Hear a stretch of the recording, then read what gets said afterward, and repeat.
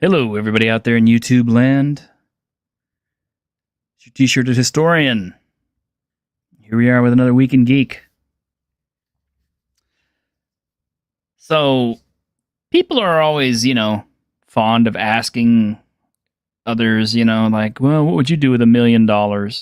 Stuff like that, right?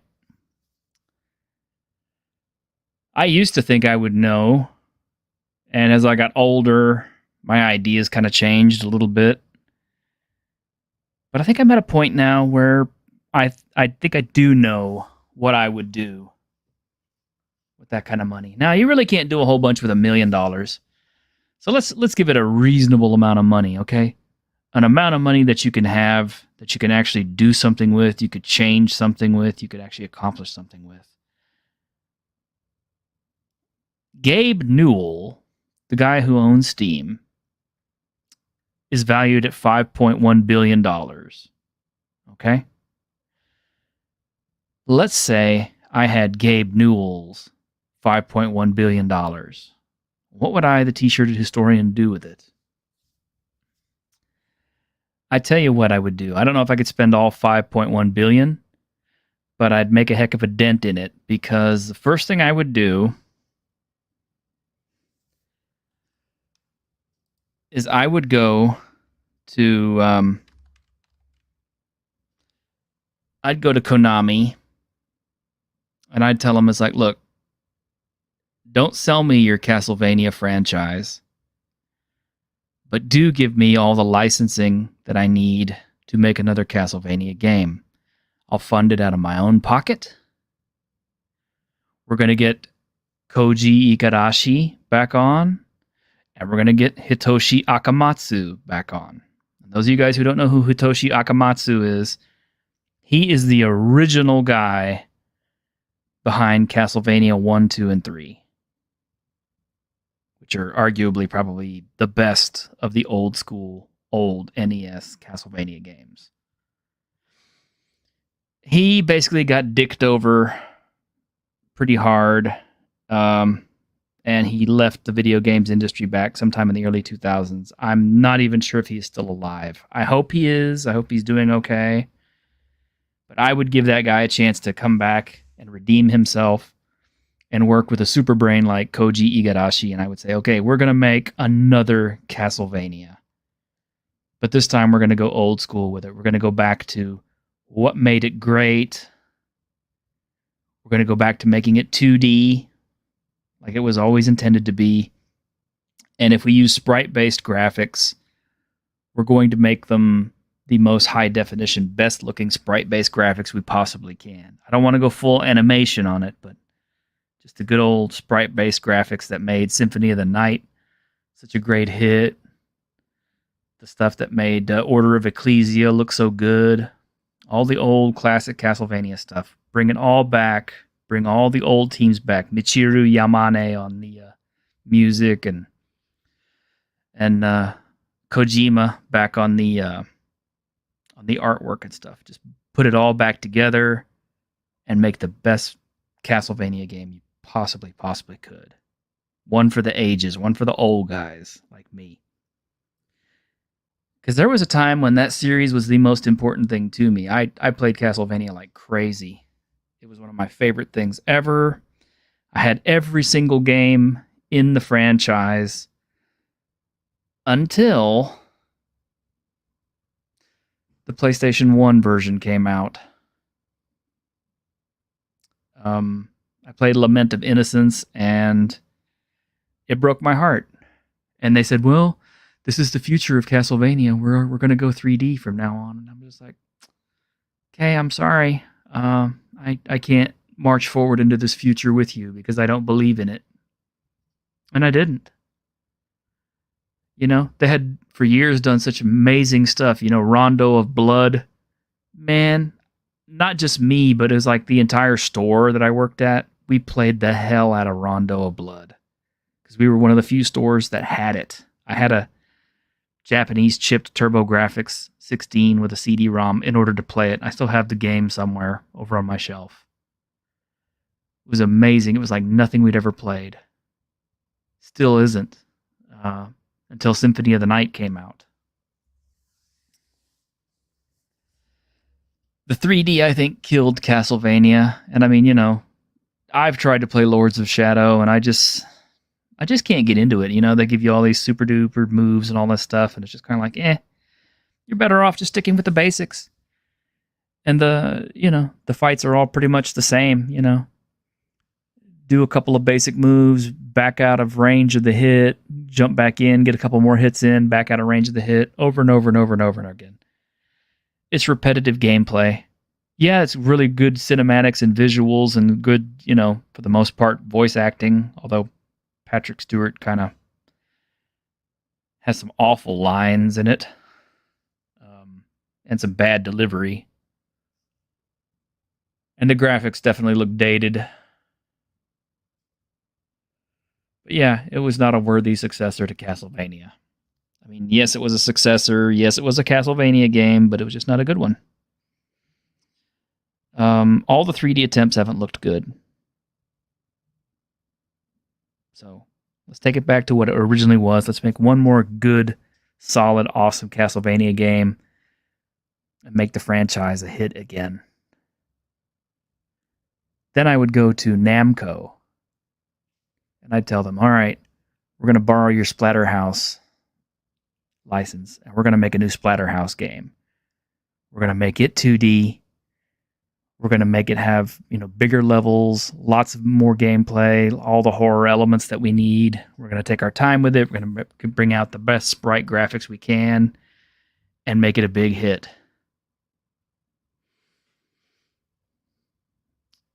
I'd probably go and see if I could round up the guys from Technos Japan, see if they couldn't come up with another Double Dragon after all these years. I'd go grab the team that made Golden Axe. There's only 6 guys that made Golden Axe. I'd give them a team of about 50 people and say, look, here you go. Make us a brand new Golden Axe, like a Golden Axe 4, and make it awesome. Make it insane. Make it the best Golden Axe you possibly can with this money. In short, I think what I'm trying to say is we're talking a lot about video games today, and kind of like my movie collection, which is mostly older movies at this point, I find I like a lot of the older video games quite well over the newer ones. And that's not to say the newer ones aren't great. There's some really good new ones. I've been playing the hell out of V Rising the last couple of days. I really enjoy it. It's really fun. You know, I've enjoyed Pal World in the past. Lots of other games. They're all good stuff. I can't say anything necessarily bad about modern video games. I can say bad things about modern AAA games because they're formulaic, they're crap, they're unimaginative, they take the wrong kind of liberties with everything. But none of those games would exist if it wasn't for all the work of all the original 1980s arcade games and the 90s arcade games. You know, all the stuff that we grew up with. Alien Storm, Golden Axe, Trojan from Capcom. You know, you name it. I mean, if you were a kid back in the 80s, you had a go-to game that you would go to the arcade and play. One of mine was Jungle King, which later on became Jungle Hunt because of licensing issues and trademark issues. But I remember chunking tons and tons of quarters into Jungle King every time I went down to Aladdin's castle way back in the day.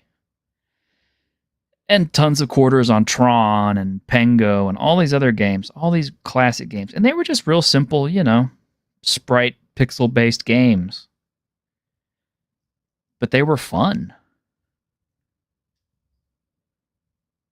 With video games becoming so much of a big money draw, you know, stealing away time and attention and money from Hollywood, and Hollywood now starting to look in the direction of video games, it's time to bring a lot of these old retro games out of mothballs or where they're sitting on shelves or where they've been languishing and forgotten, you know, JAMA boards. Bring all these things back. Let's improve on them, make them better. And I'm not talking about Street Fighter 6. God, no. Shit, man, dump that fucking 3D art stuff, man. Go back to sprite-based 2D platform style, arcade fighting again. Bring all that stuff back. That stuff had heart. That stuff had great storytelling of its own. They tended to have much better soundtracks. I mean, I don't get how studios back then that had a lot fewer people using hardware that was, probably not as easy to work with as today's modern Unity platforms and all these other assets that we have nowadays with studios with, hundreds of people working on them. How the games back then could still be so good, and how you get studios full of people now spending millions of dollars on video games and they still turn out to be crap that you wouldn't want to buy. I didn't touch Assassin's Creed Mirage. I had no interest in it. Assassin's Creed Valhalla, yeah, it was kind of fun. It wasn't really an Assassin's Creed game. It was, how Assassin's Creedy is it when you show up and you decide, I really want to go raid this monastery.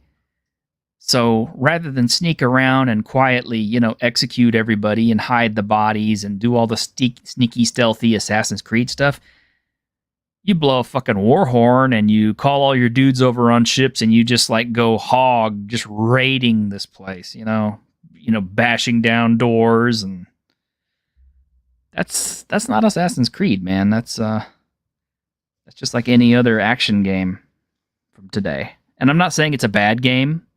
I enjoy it. I still haven't beat it. It's a huge game, and I keep getting caught with side quests and stuff. But it's still kind of lacking in the addictive fun of all these older games that I remember. So, if you ask T-Shirt, what would you do with a few $1 billion? That would be my first thing I would do. What would I do after that?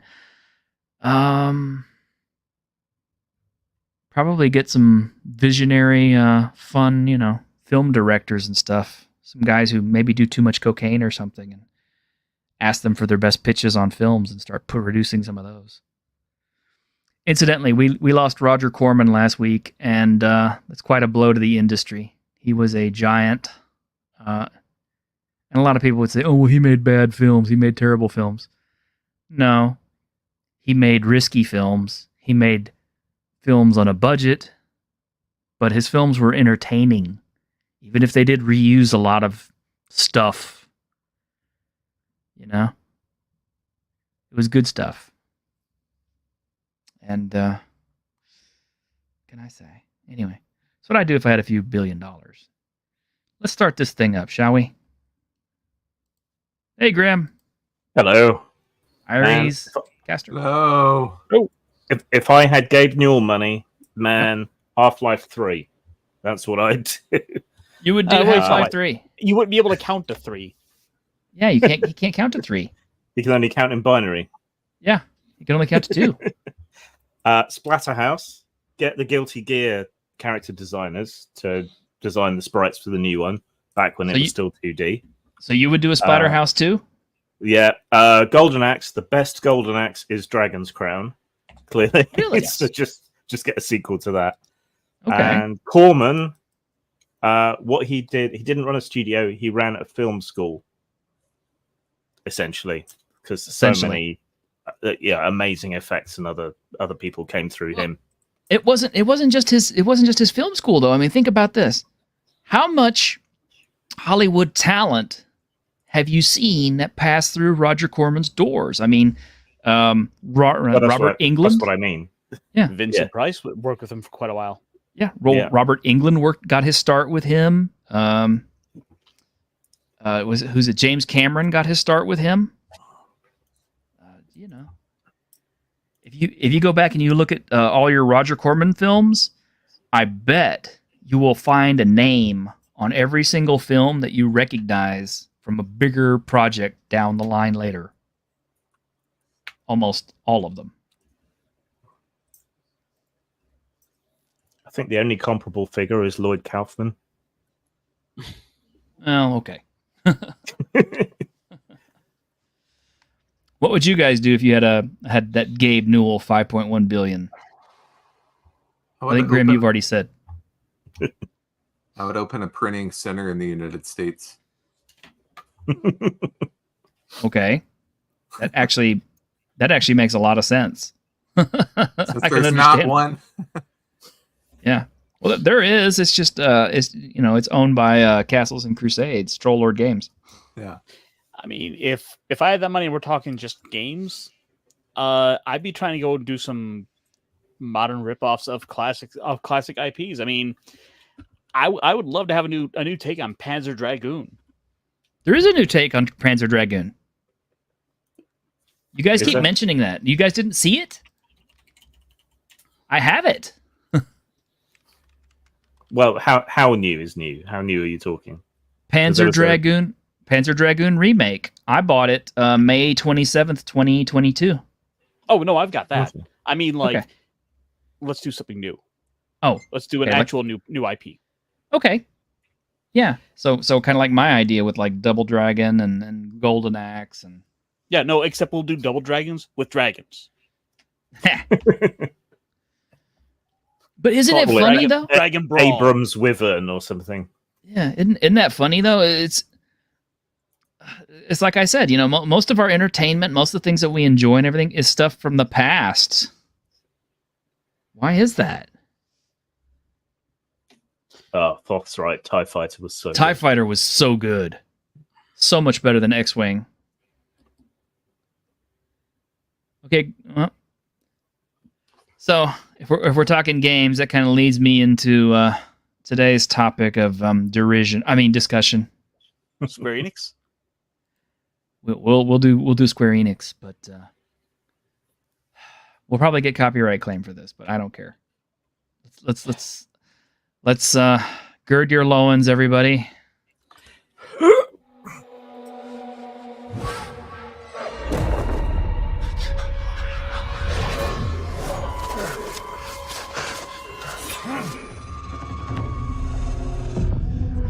Oh, sweet Predator game.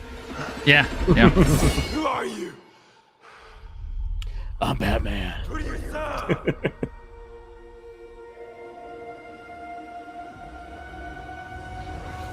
All I have ever known in my life. Our land. Our customs. My family. Burns in the name of unification.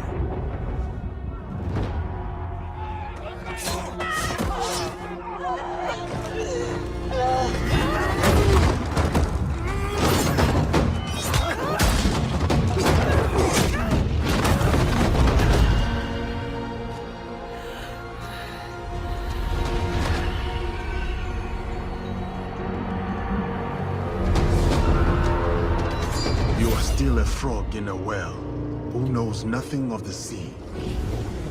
The ocean's filled with new ships, but they all come from the same river. Greed.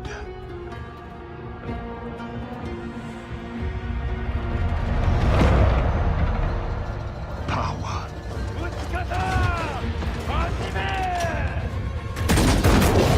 Vengeance.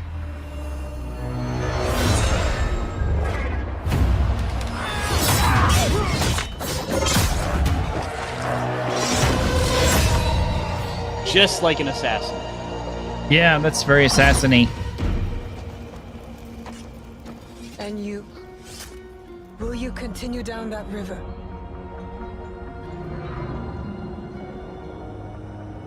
Or choose another path beyond what we see? And we must look for it together.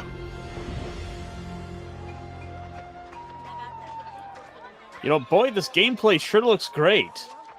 Doesn't it?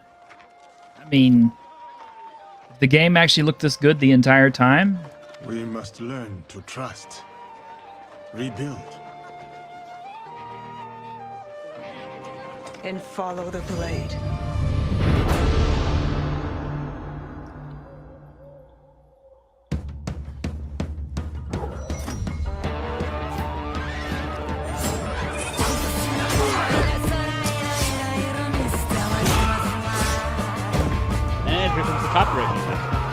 Oh yeah, here we go. This is the copyrighted music, I'm sure. I like it though.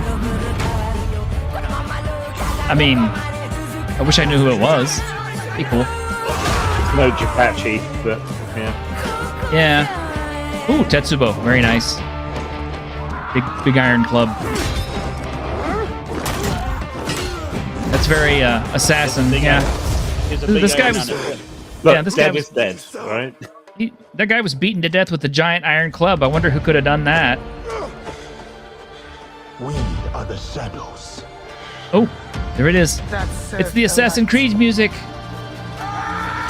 the Ezio's family music in Japanese style.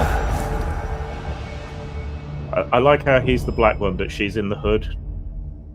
Oh yeah, very funny. Thank you. Okay, so couple things about this trailer, real quick. I like how they have Yasuke spitting out all these, Confucian pearls of wisdom, and I'm kind of like, the guy was like, I don't even know if he could read. Isn't this is also kind of the wrong continent for that? Yeah. I mean, I don't necessarily expect that he was a stupid man or anything like that, but I'm also kind of doubting that he was like super duper well educated. Although reportedly Nobunaga enjoyed conversing with him, so maybe he was actually a little bit better spoken than we may be led to believe. I don't know. I'm not even sure how much Japanese he spoke. I don't think very much. But some of the details of this, it's like, okay, we got him in like what? Okay, so he's in like full Oyoroi, great armor. Okay, with the crest and the horns and everything else. And we're supposed to believe he could just walk around on the streets in full battle garb and no one's gonna bat an eye at that. Yeah, and carrying a katana, which I don't think people want to acknowledge this fact that Yasuke wasn't really that big and important of a figure in Japanese culture or history, which is kind of why he's like only like a little footnote in about 3 or 4 different people's writings. Certainly, I haven't seen very many Japanese accounts. It's only all been from the Jesuit accounts or the Franciscan accounts. But apparently he was like over 6 feet tall. So in order for armor like that to have been crafted for him, it would have taken his armorers well over a year to build stuff like that. I did a little bit of research for this before we started and discovered it's like even with modern made materials, techniques, and tools, we could only craft armor like this. It would take us anywhere from 60 to 95 days. Now, back in the day, armor for a lord took about a year to make. Yasuke was only in Nobunaga's service for 15 months.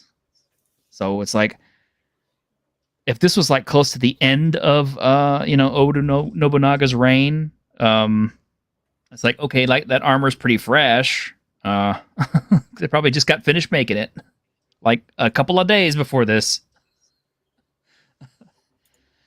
But I don't know why they would give him armor that was that fine for a lord. His rank was Kyosho, which is page boy, basically. He was given a short sword to wear, a wakizashi, not a full katana. According to some of the accounts and stuff, he was allowed to carry some of Nobunaga's tools and things.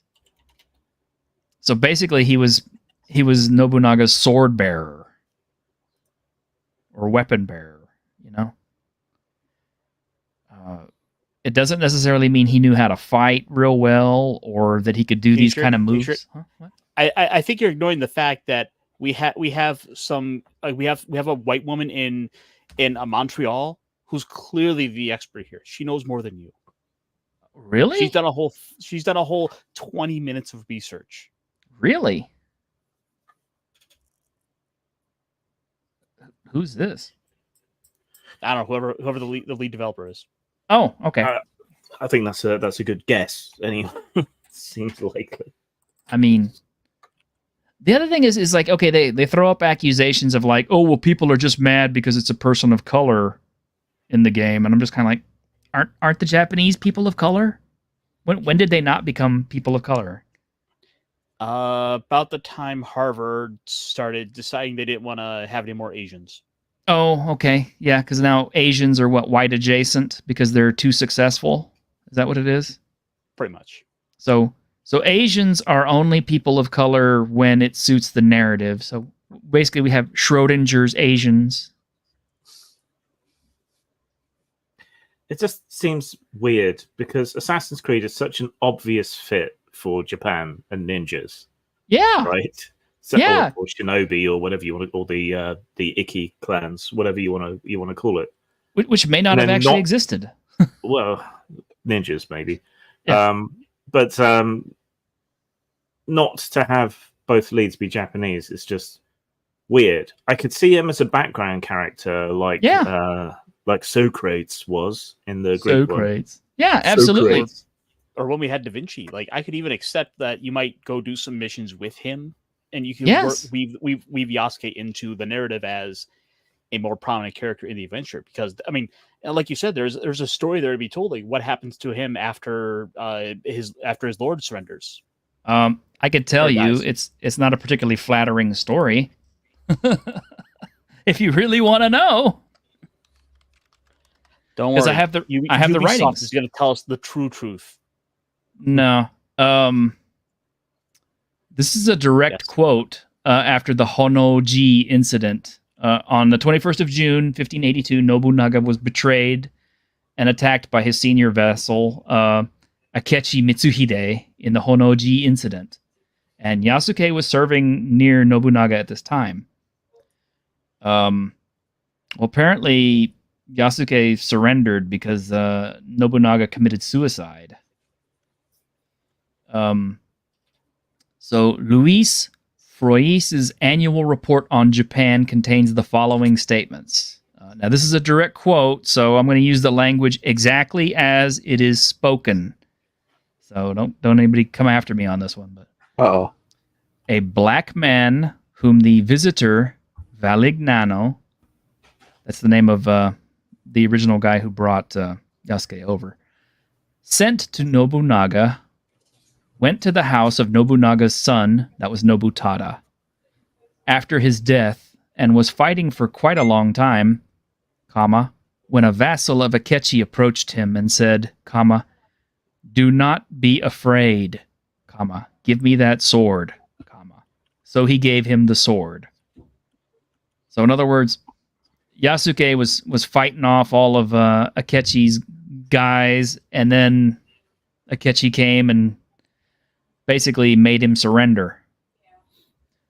The vassal, we're still talking about Yasuke at this point, asked Akechi what should be done, or actually no, this is a different. The vassal asked Akechi what should be done with the black man, and he said, quote, a black slave is an animal, bestial, and knows nothing, nor is he Japanese, so do not kill him, and place him in the custody at the Cathedral of Padre in India. So Yasuke was sent to the Nanbanji and treated by Jesuit missionaries. He did not die, but after that, he kind of disappears from the history books entirely. So he goes become to an India. assassin. Yeah. No.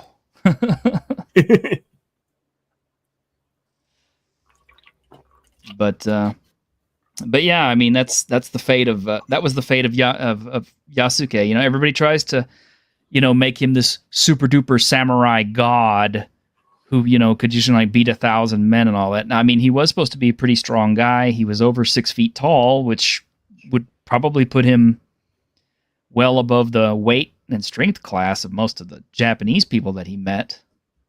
But he was not a samurai. He was a page boy. He might have been given armor, to wear. They gave him a short sword to carry for himself, but he didn't have any fiefdoms. He didn't have any lands or territories. He didn't control anything.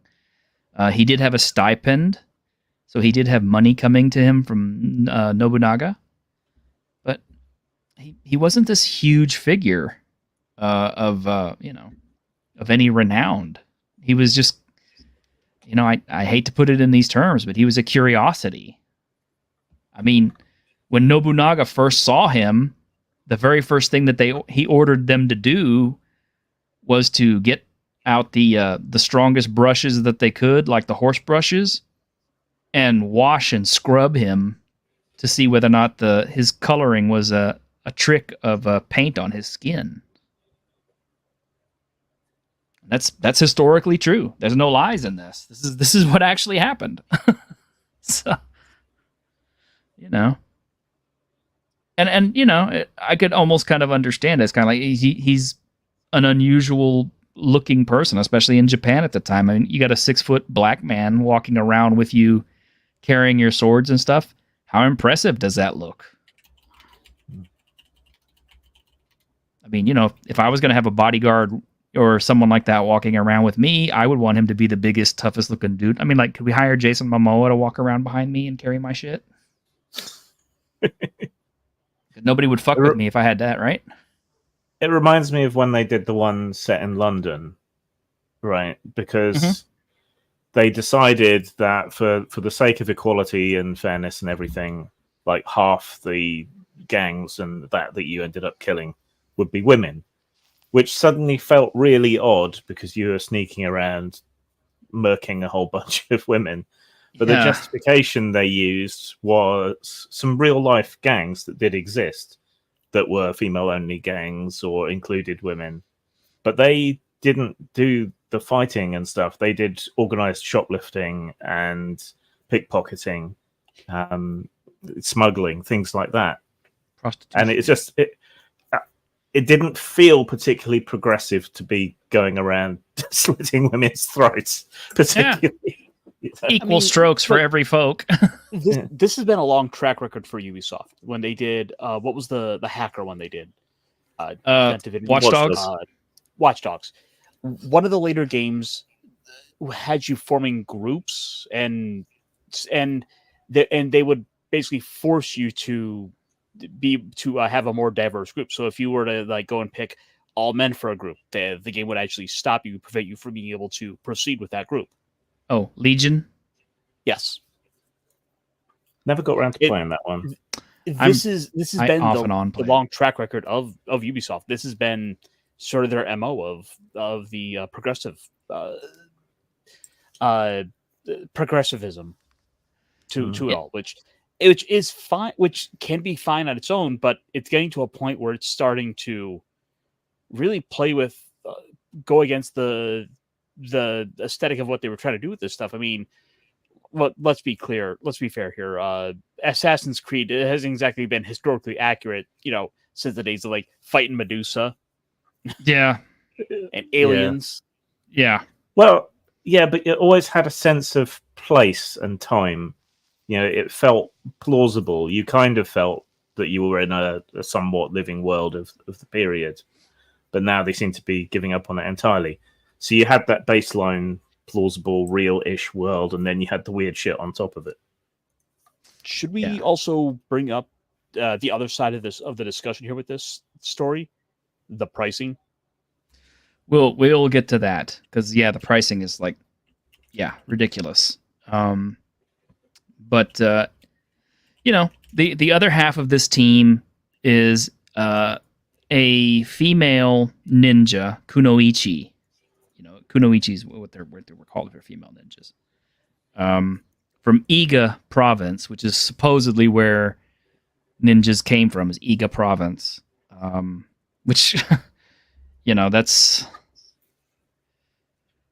There's debate as to whether or not ninja actually existed and if it wasn't a modern creation. Because I don't believe in any of the historical records we've actually found any kind of comment about ninjas or anything like that. And I'm like, I don't know. What are the ninjas just going around and erasing all the historical records and stuff? I don't know. Don't they have like extensive museums with historical artifacts and things like that? I mean, a tool's a tool, but I mean, can you really, prove that this is all stuff that they were using? We have museums and artifacts to do with King Arthur, and he's completely mythical. So. Yeah. I was just thinking about my nerd Gaijin Goomba. I watch his videos from time to time. I went to the Billy the Kid Museum over in Hyco, Texas. And guess what? It's not about, the Billy the Kid that you know. It's the Brushy Bill, the guy who claimed to be Billy the Kid. We've got and who died there in Hyco, Texas. And it's full of old junk for the most part. It's more or less like a junk museum. We used to have up here like Paul Bunyan parks and museums and that, and there ain't no American Kaiju by that name. That's one to add, Greg. Paul Bunyan. Yeah. China. Kaiju. Yeah, China has the what do you call it? The oh god, what's the name of that? The Tiger Balm Gardens, where it has all these mythical Chinese figures and statues and stuff all over the park that you can see and walk around and interact with. So, that's. I think ninja are just like a popular idea, but I don't know if they actually existed. Definitely spies and assassins and so on. There. So. Oh yeah, but I don't know that they necessarily walked around wearing black pajamas and all that sort of stuff. The black pajama thing originally was something that was worn by stage crew and stuff like in Bunraku plays. And the spies and assassins would often travel in amongst entertainers so that they could move more easily and so on. So that might be where it comes Kabuki from. Theater. Mm-hmm. According to some of the records, again, referring to stuff that may or may not be true, because I don't know, it was actually blue. It wasn't black. Early blue screen technology. Yeah, it always looks black to me. But Yeah. I don't know. But in any case, I don't think anybody would have said jack shit about, the male protagonist being another, Japanese person who was from the Iga clan as well. Because that would have fit, hey, Assassin's Creed, ninjas, perfect sense. Yeah, you could have still kept the female Kunoichi. Yeah. That doesn't bother me at all. And it shouldn't, because it's kind of like, because it fits. It fits, the plausible historicity of it all, and it doesn't seem too out of place. What does seem out of place is a 6'6" black man in ancient Japan, doing assassinations. When the average height would have been about, 5'2"? Well, Miyamoto Musashi was supposed to be about a 6 foot as well. But again, just based on he was a historical one-off. average. Yeah, not to sound 100% racist or anything, but like the cartoon kind of shows.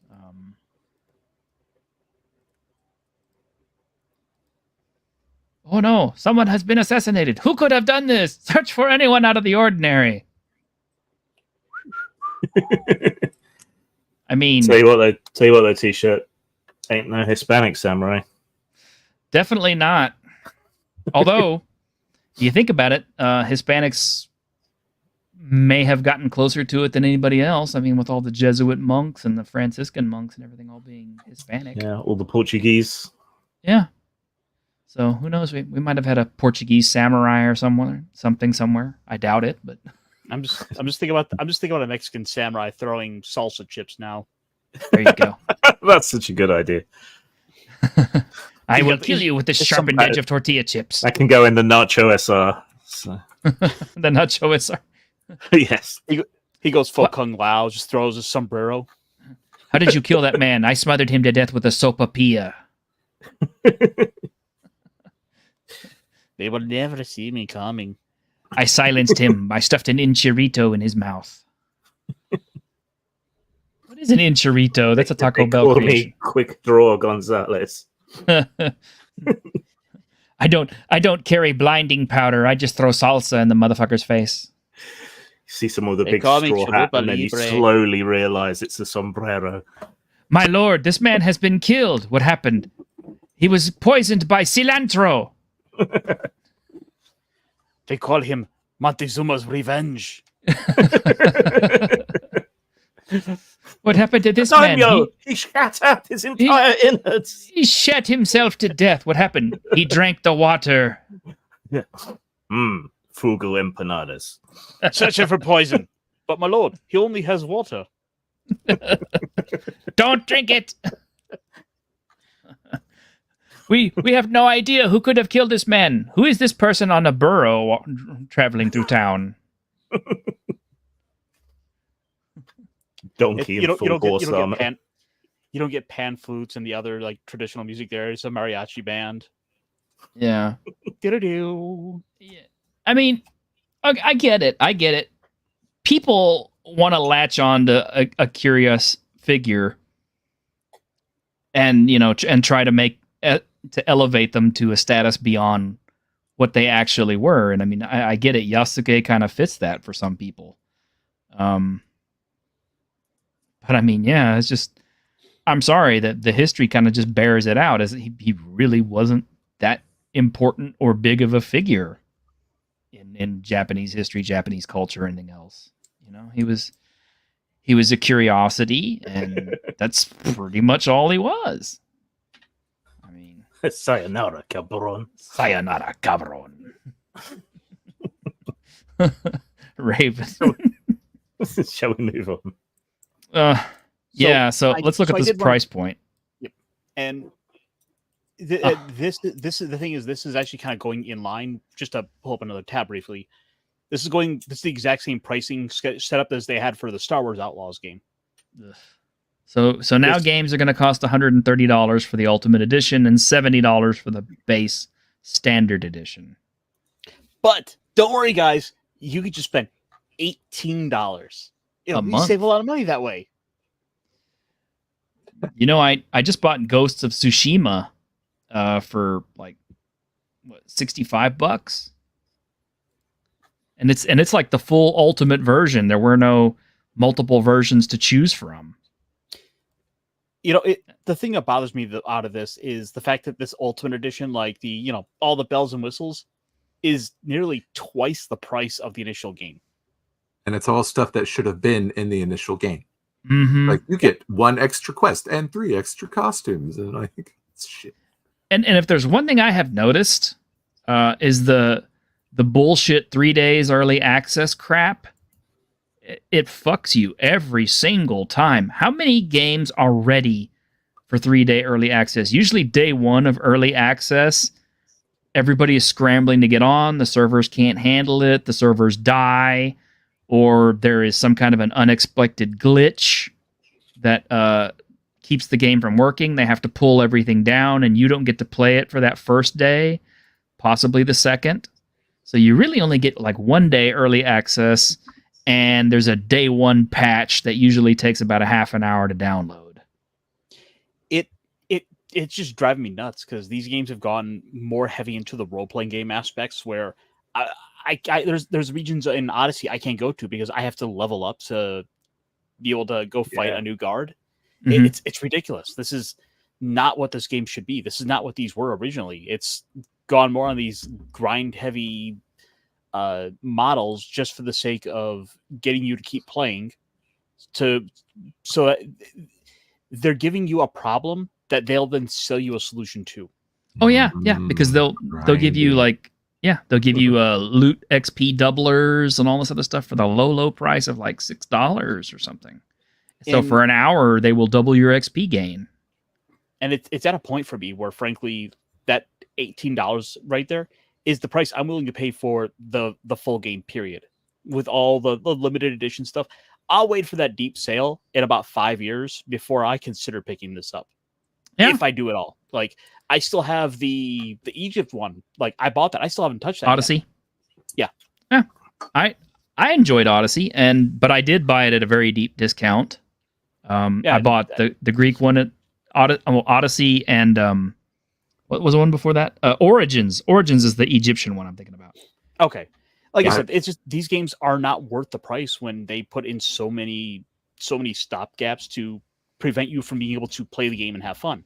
Mhm. Like these games, I'm sorry, at these prices are not worth it. No. I could see maybe justifying $90 for your special edition. Yeah. If that. But at 130, no, absolutely not.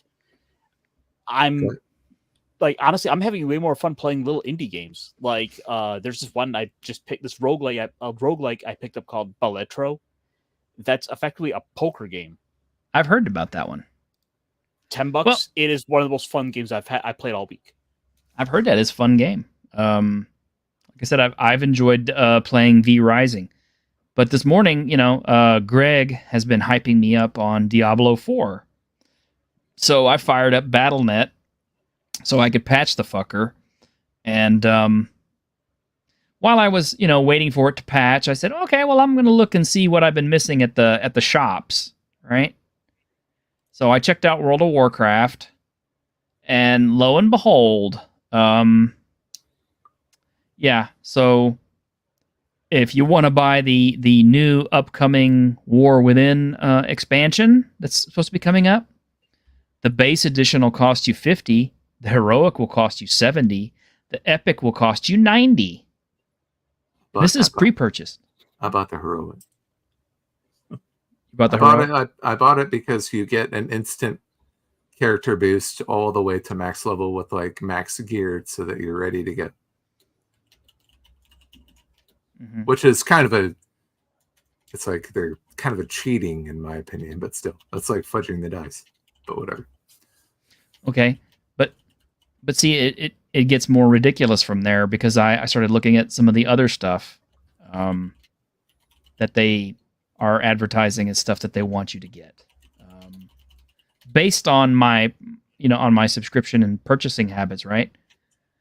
So they've got the special subscription offer, like for 12 months of subscription, a whole year. They'll give you all these mounts and all these special things and all that, and it'll cost you $155.88 to subscribe for an entire year. And of course, they want their money up front. Yeah, I know. It's like it's going to collapse, isn't it? Yeah, the Cataclysm Classic upgrades gives you all kinds of cool stuff, right?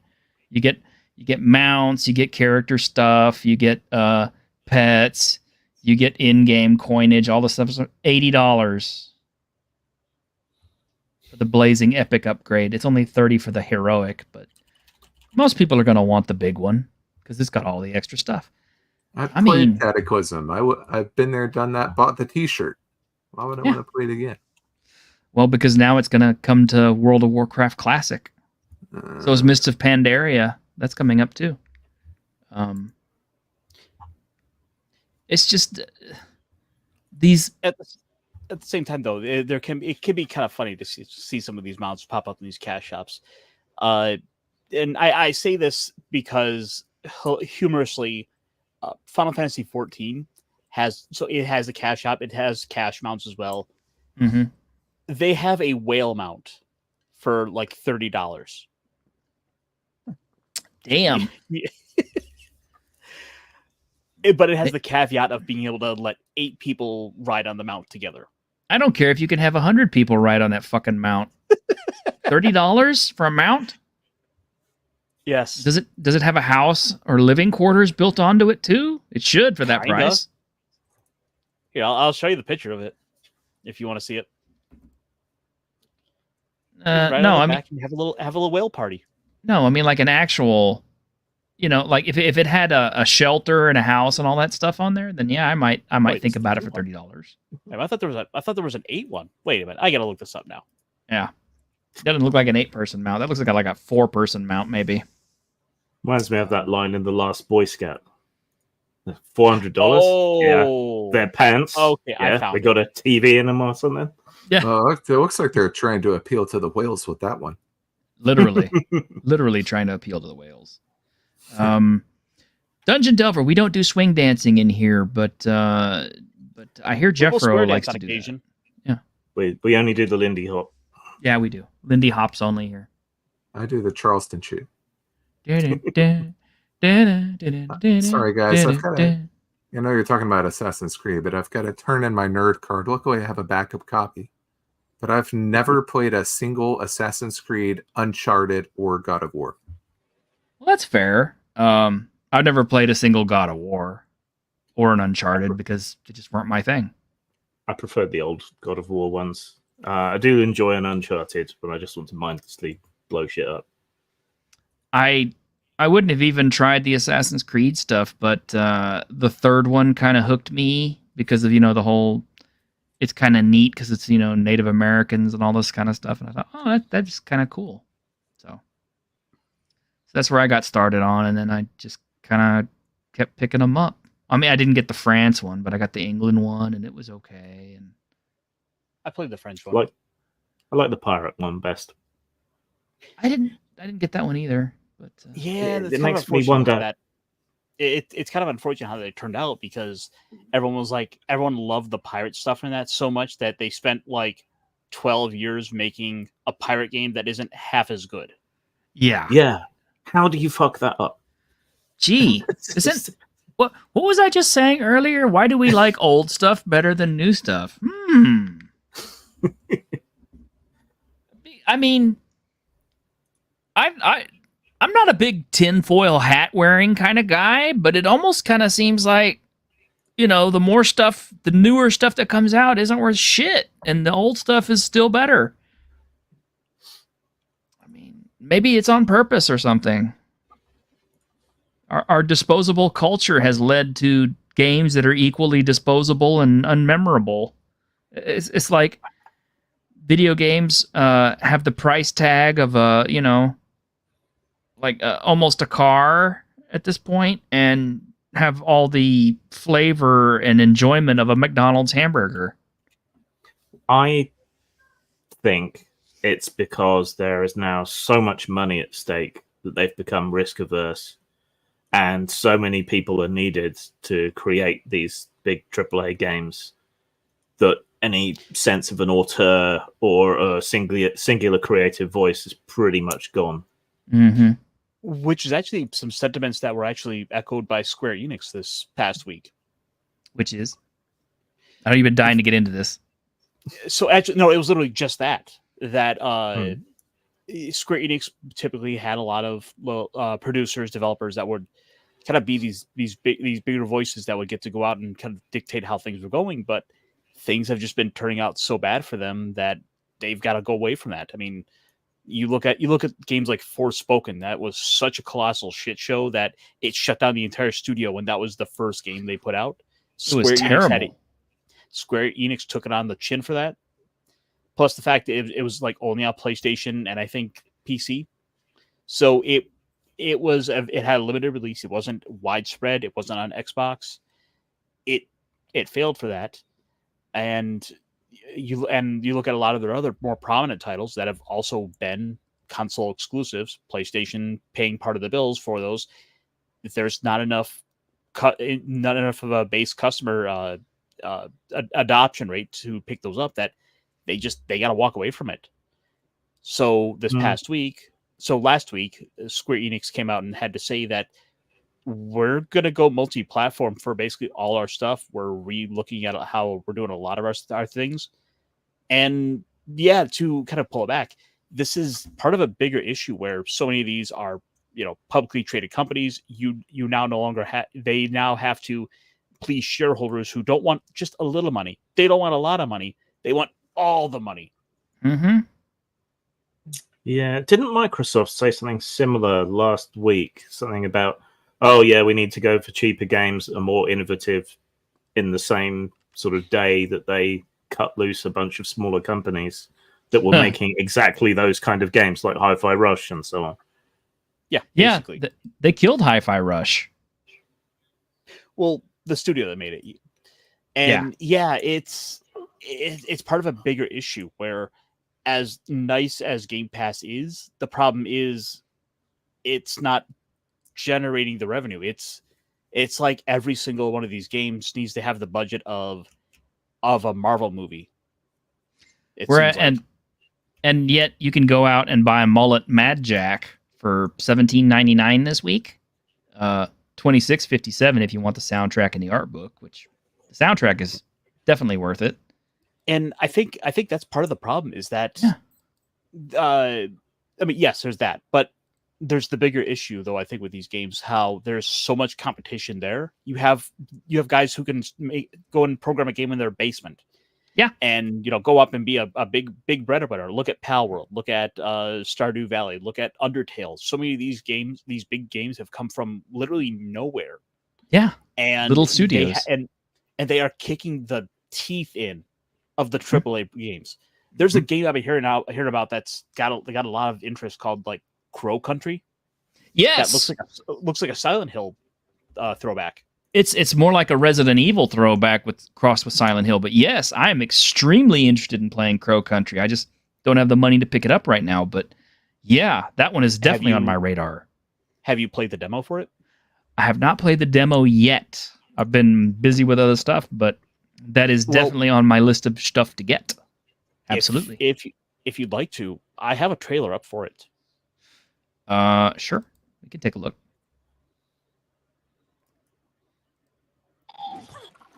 Yeah.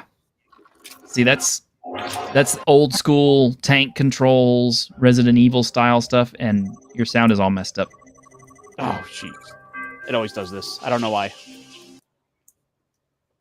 But yeah, no, I just wanted to show off that, hey, this is that very PS1 era graphics that really feels like that itself is also making a comeback, because for the last 10 years we went through the sprites, and now we're into an age where we're seeing that early isometric PS1 style game coming into its own.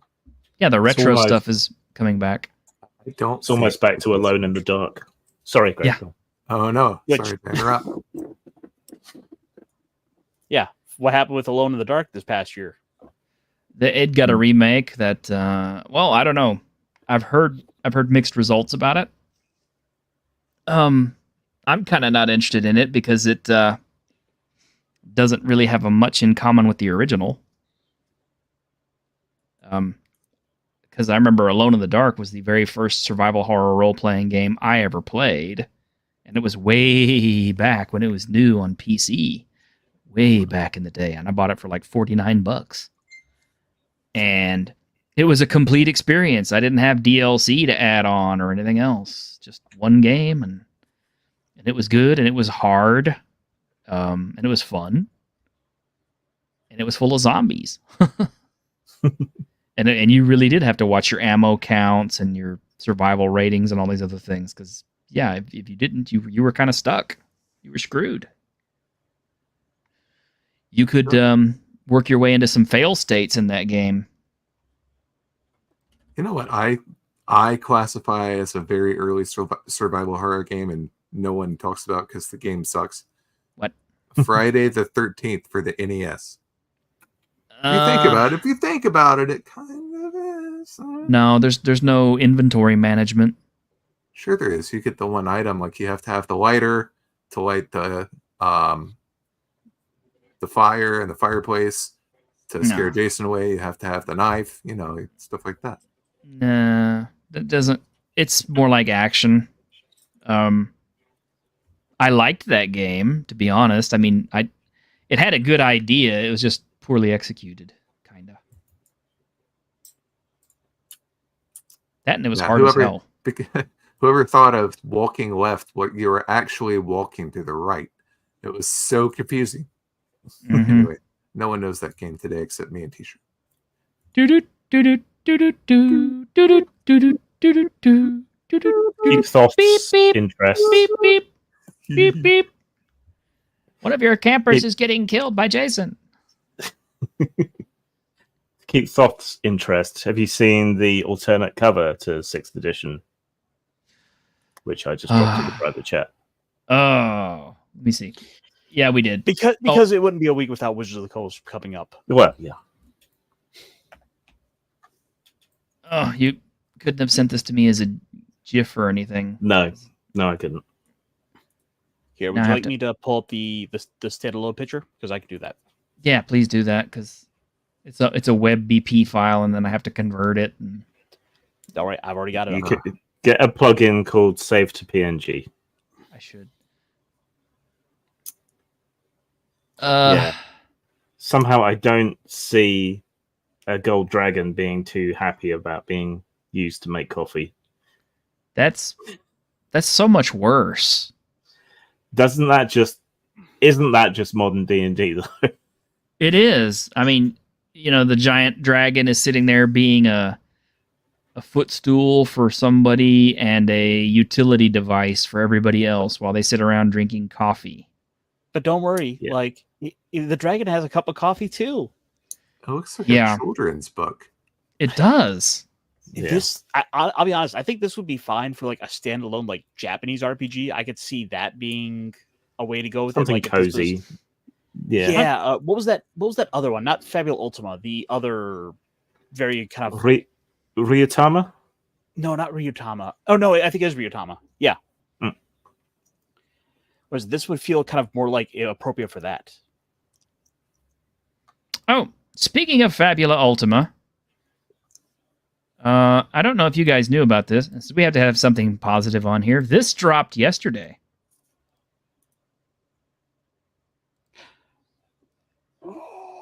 Cool. Yeah. How did I not know about this? Yeah, the Techno Fantasy Alt Atlas dropped yesterday, and it's quite good. I just got the fantasy one. Well, get this one. I will probably, though. You have to run it sometime.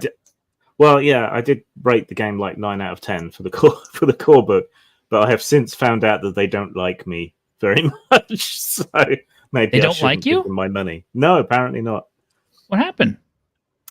Someone posted my review in their Discord, and it caused a whole thing because it's me. What? It's a good game.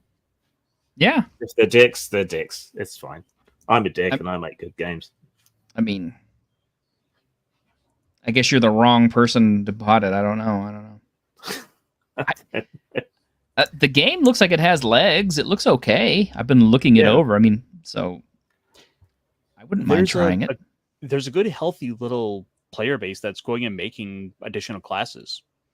Yeah, I saw that. Both in Italian and English. Uh-huh. Italian? Yep. Yeah, Italian.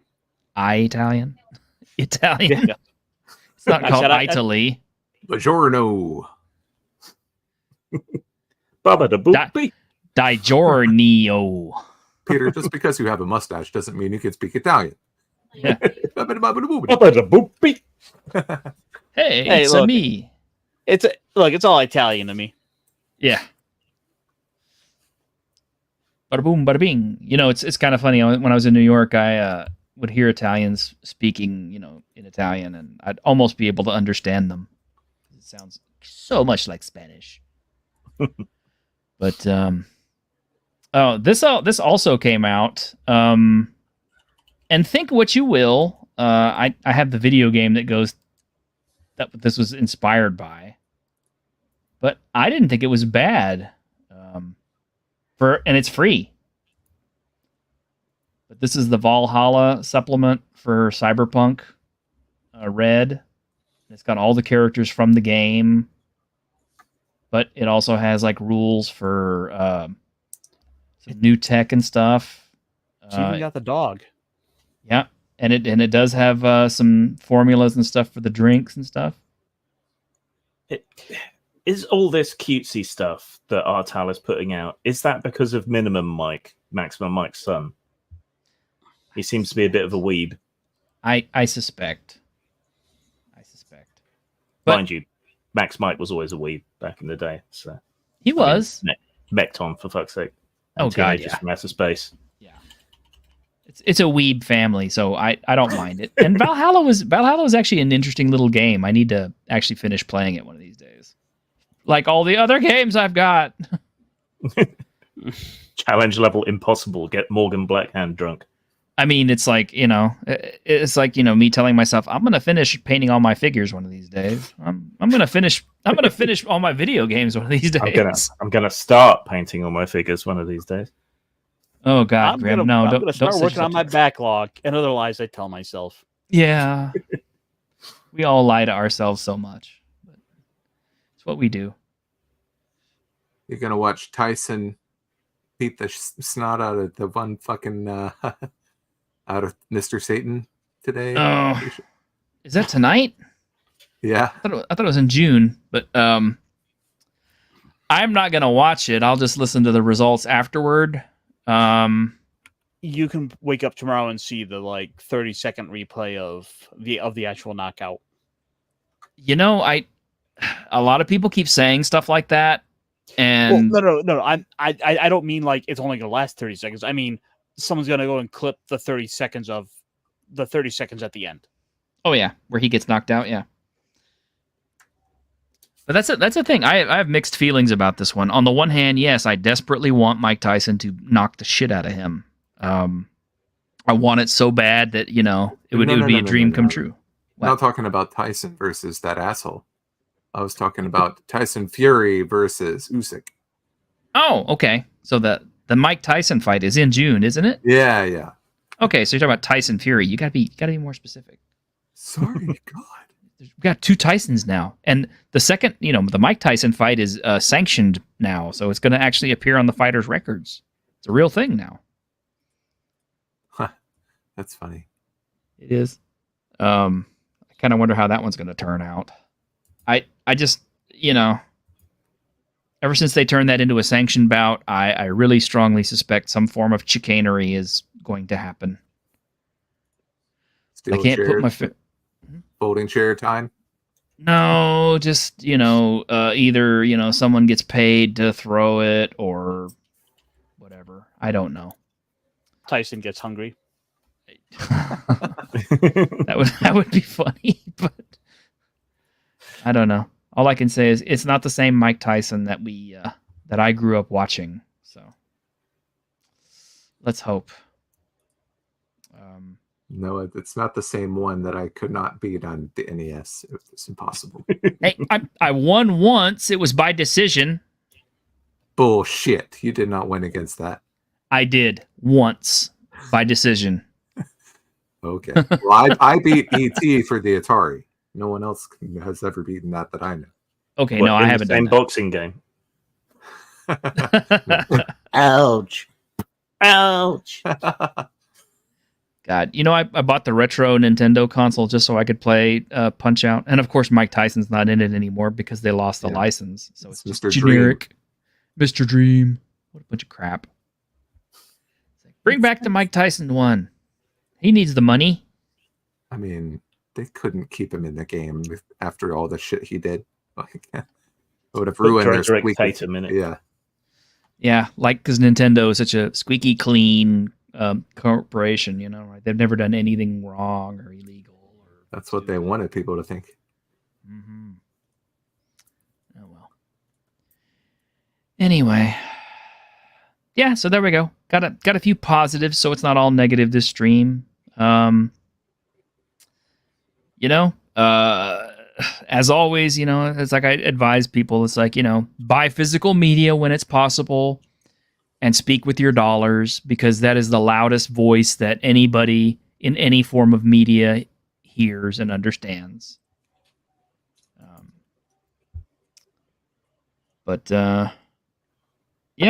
For other positives, tomorrow Grim is running Fallout. Indeed.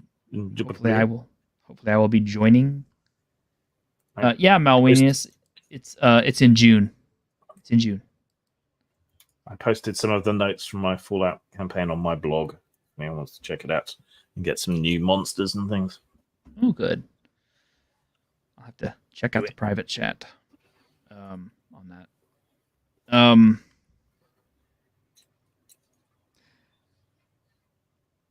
on kind of a different note,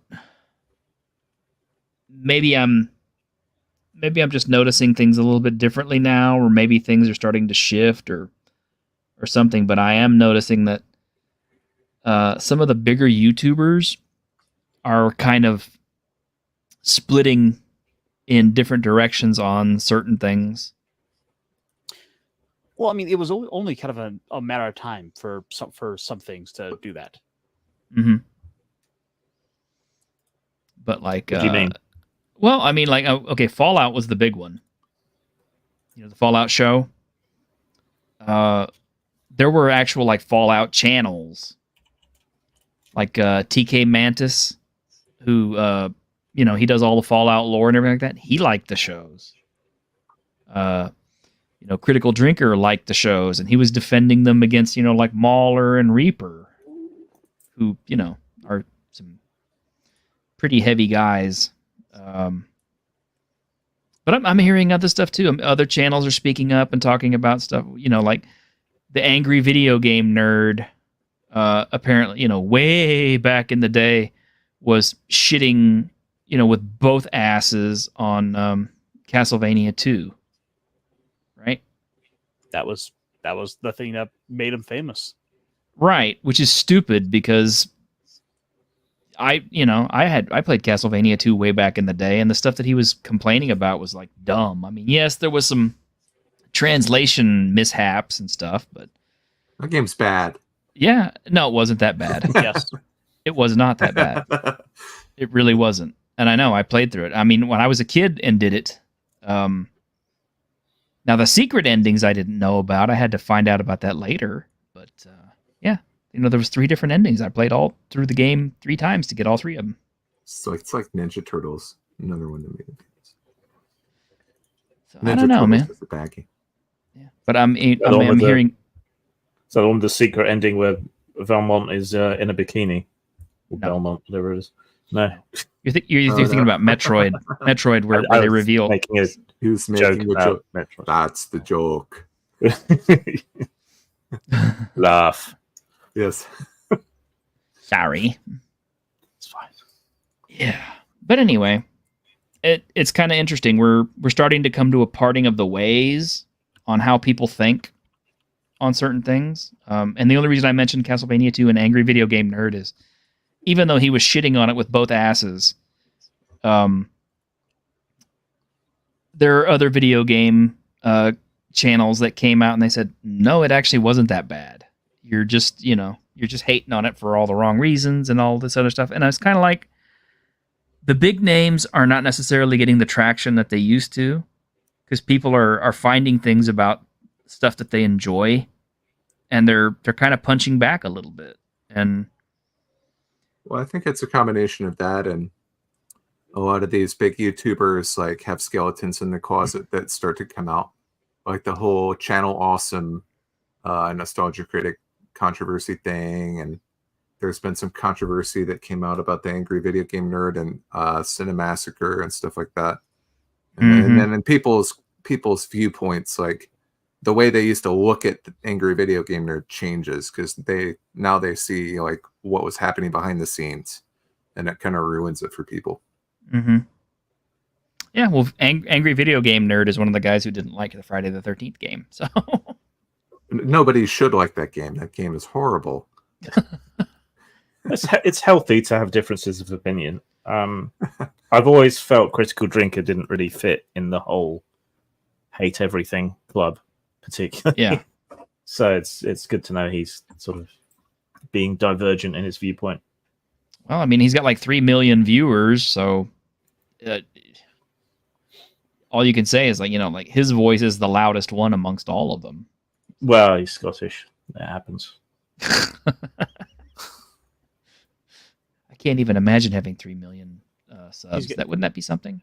Wouldn't it be nice to have 1,000? You got to speak louder just to be able to understand him. I guess so. Anyway, You're not that far off 1,000 T-shirt. You should Getting there. look at your metrics and see how many new followers you're picking up a month or whatever, and figure out roughly when you'll hit 1,000. yeah. Well, I did get some bad news the other day. Apparently, the second Fist of the North Star video is going to be a little bit delayed. Anime had some bad news recently that has kind of affected him deeply, and I don't want to get into his problems, but yeah, suffice it to say, he's a little delayed on things because of it. So I'm not sure when it's going to hit, but hopefully soon. And after next week, I kind of plan on putting out some more videos of my own, just smaller, shorter things, probably some more unboxings, maybe some paint shows and stuff. Random musings, who knows? I'll figure out something because the algorithm likes videos, it doesn't like live streams. So even though it likes shorts too. Yeah, it really loves shorts. It really, really loves shorts. We love shorts as well. I guess so. Well, Eat my shorts. They're trying to compete with that TikTok money, at least until TikTok finally gets completely and totally banned and removed. Which I guess that's happening? Maybe. There's a lawsuit going through right now. Yeah. But I mean, reality is, even if that does go through, TikTok's not going anywhere. It would just be a website. Or they put out an APK so you can just install it on Android. Mm. Yeah. I'm mixed on it.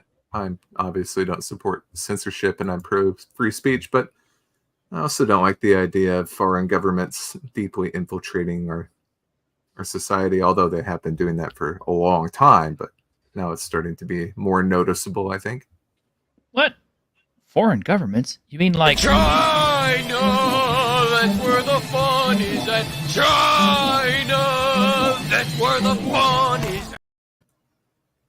like them? Mm-hmm, mm-hmm. Just making sure. I'm sorry. Any chance I get to use that. Stop shaking your head, Caster.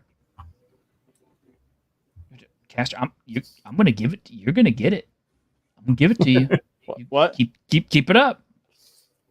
Don't start with that head. What? You didn't do nothing.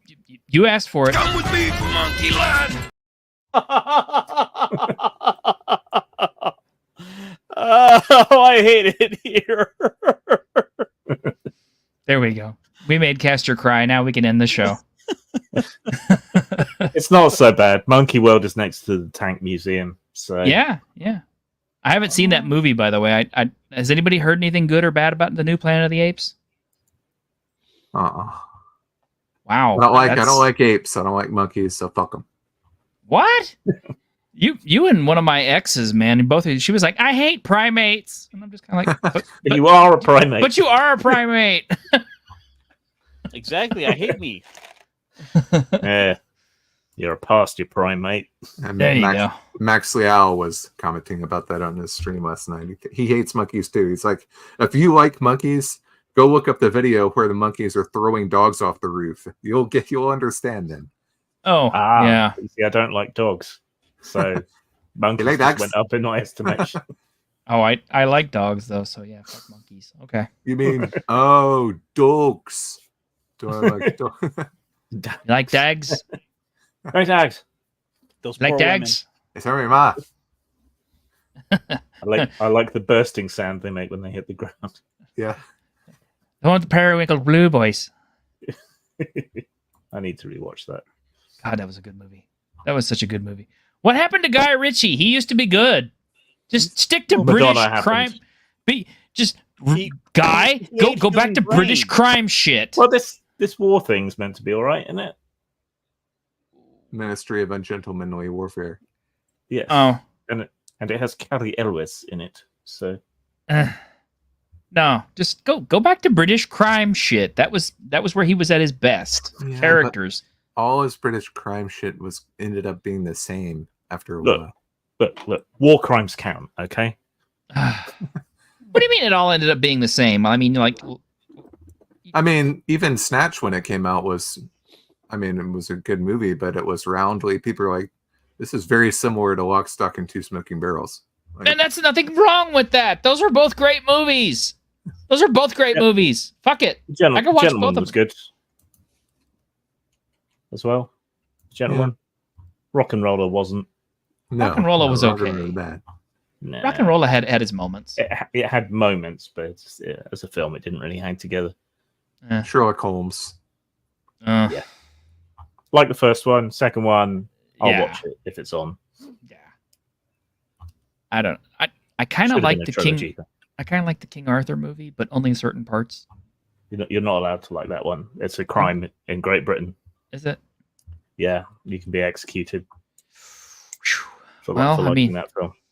well, considering the latest portrait of King Charles, we kind of know how he feels about execution and the I monarchy. kind of like it, actually. Weirdly, it's so uncharacteristic of Charles, who is notoriously conservative when it comes to art and architecture and all kinds of. It's quite a daring picture. I He thought. looks like a White Wolf cover. That's obviously why I like it. I mean, it just kind of looks like you should splash that picture on the front of a book, and have Ventru. Blood for the Toff God, skulls for his throne. Yeah, something like that. I don't know. But anyway. All right. Well, join us tomorrow on Grimm's streams for Fallout, where I might actually finally make an appearance. Assuming we can hope. We can only hope. I can't imagine my conjunctivitis getting worse. I mean, it's doing better today. So anyway, Squeeze your head really hard. yeah, just pop the eyeball out. That'll make the infection go away, right? Yeah, you can swab it. Ooh. Yeah. I just popped my jaw doing that. Oh, Iron Gaster, stop doing that. Don't hurt yourself. All right, guys. Well, let's go ahead and end on a high note. We had some positivity. We had some negativity. You know, it's a typical week in Geek. So join us tomorrow, and don't forget Tuesday when we have some more Twig, and hopefully we'll have Harmony on. Hopefully. We never know when Harmony's going to be on anymore. She's so busy these days. Oh, and before I forget, next week, next Saturday, we will have Joel, Fist Upon the Throne, the guy who made Lone Wolf Fists. Ultimate punching. Yes, much punching. He's really cool. So that'll be fun. So join us next week for sure, because we'll have that really cool guest on, and we'll get to ask him lots of questions and admire his beard, which is really cool. Till then... It wasn't mine? No. Okay. No. Your beard is epic, dude. I'm sorry. Thank you. It is. Yeah. Anyway.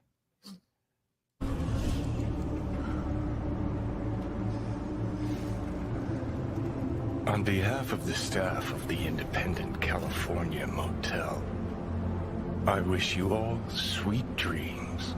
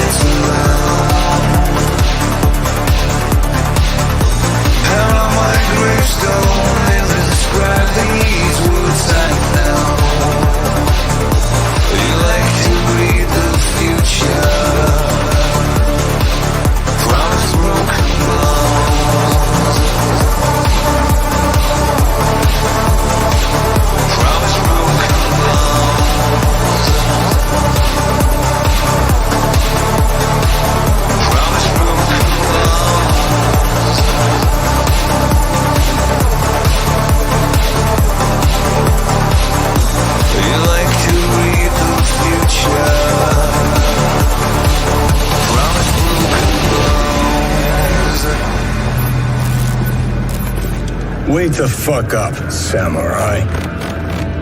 We have a city to burn.